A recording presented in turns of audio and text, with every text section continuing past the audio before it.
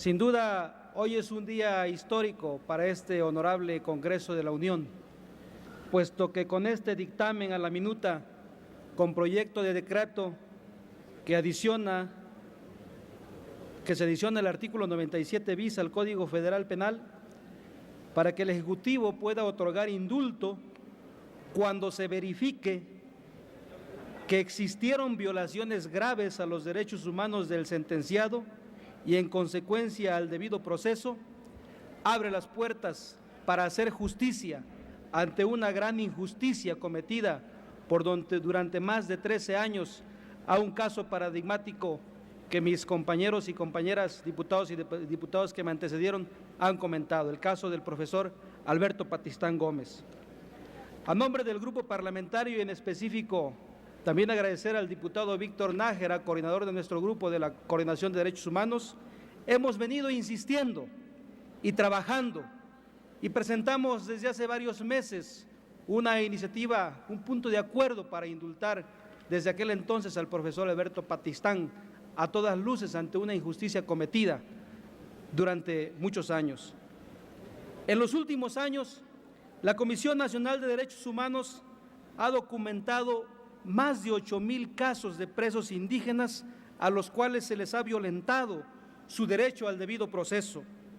por ser monolingües y por no contar con intérpretes y traductores en sus lenguas respectivas, y si los cuentan, difícilmente a veces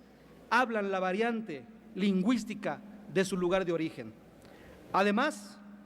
en muchos de los casos también porque no cuentan con una defensa adecuada, cuando de defensores de oficio se trata y estos no se dan abasto para defender a los sentenciados.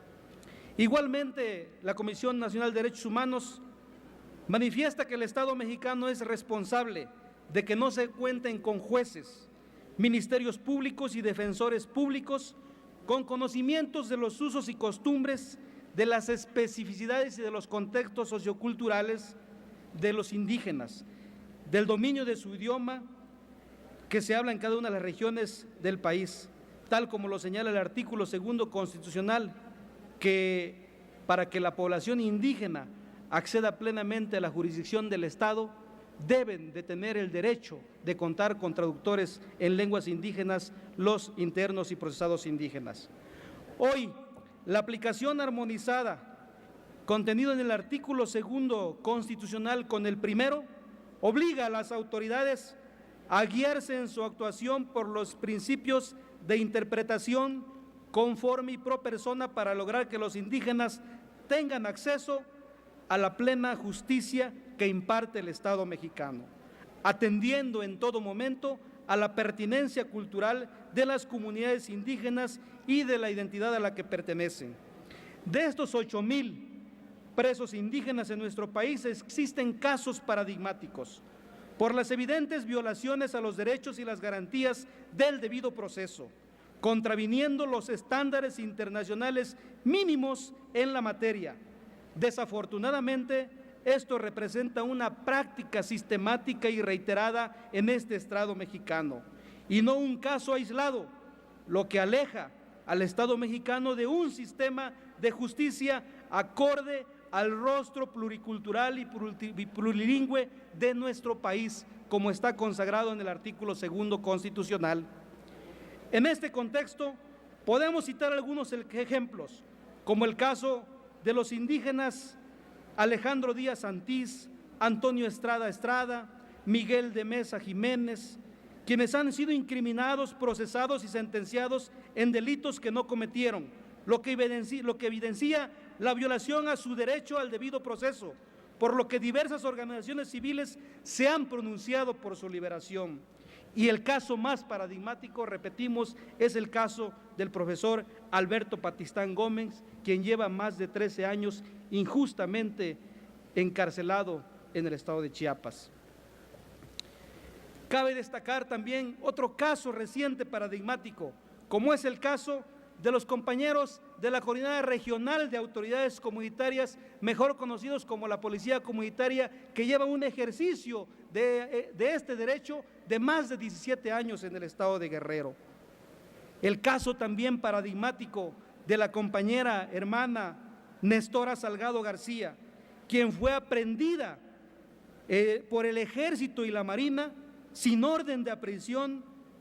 y condenada a una incomunicación por varios días. Hoy es la fecha que sus familiares se quejan que no tienen comunicación cotidiana con ella, contraviniendo también su derecho. Pido un poco de tolerancia, señor presidente, para concluir. No podemos permitir que los abusos, prejuicios, discriminación, explotación, sojuzgamiento y opresión sigan vigentes por si las y los indígenas no formaran, como si las y los indígenas no formaran parte de la nación mexicana. Muchos casos que hemos conocido nos recuerdan que las condiciones de exclusión social hacia los pueblos indígenas no han terminado, particularmente en Chiapas, Guerrero y Oaxaca, donde hay una gran diferenciación racial y donde la cárcel parece ser el refugio seguro para indígenas por delitos menores o por delitos que no cometieron, pero que la incriminación es más fácil que seguir la huella de los verdaderos delincuentes. Sobre el documento que nos ocupa hay que señalar que la representante en México de la Oficina del Alto Comisionado de las Naciones Unidas para los Derechos Humanos se ha pronunciado también a favor de este dictamen, pues cumple con los estándares internacionales en materia de derechos humanos, como el Pacto Internacional de Derechos Civiles y Políticos en su artículo 9 y la Convención Americana de Derechos Humanos en su artículo 7. La representante de la Oficina del Alto Comisionado agrega además que el proyecto de decreto está en consonancia con el contenido de la importante reforma constitucional al artículo 1 en materia de derechos humanos de junio de 2011, que consagra el derecho a la reparación por las violaciones a los derechos humanos. Hoy, repito, esta honorable Cámara de Diputados haremos justicia sin duda al votar a favor este dictamen, donde sin duda también superaremos una gran injusticia cometida en contra del profesor Alberto Patistán. Por las anteriores consideraciones, el voto de nuestro grupo parlamentario será a favor. Es cuanto, señor presidente.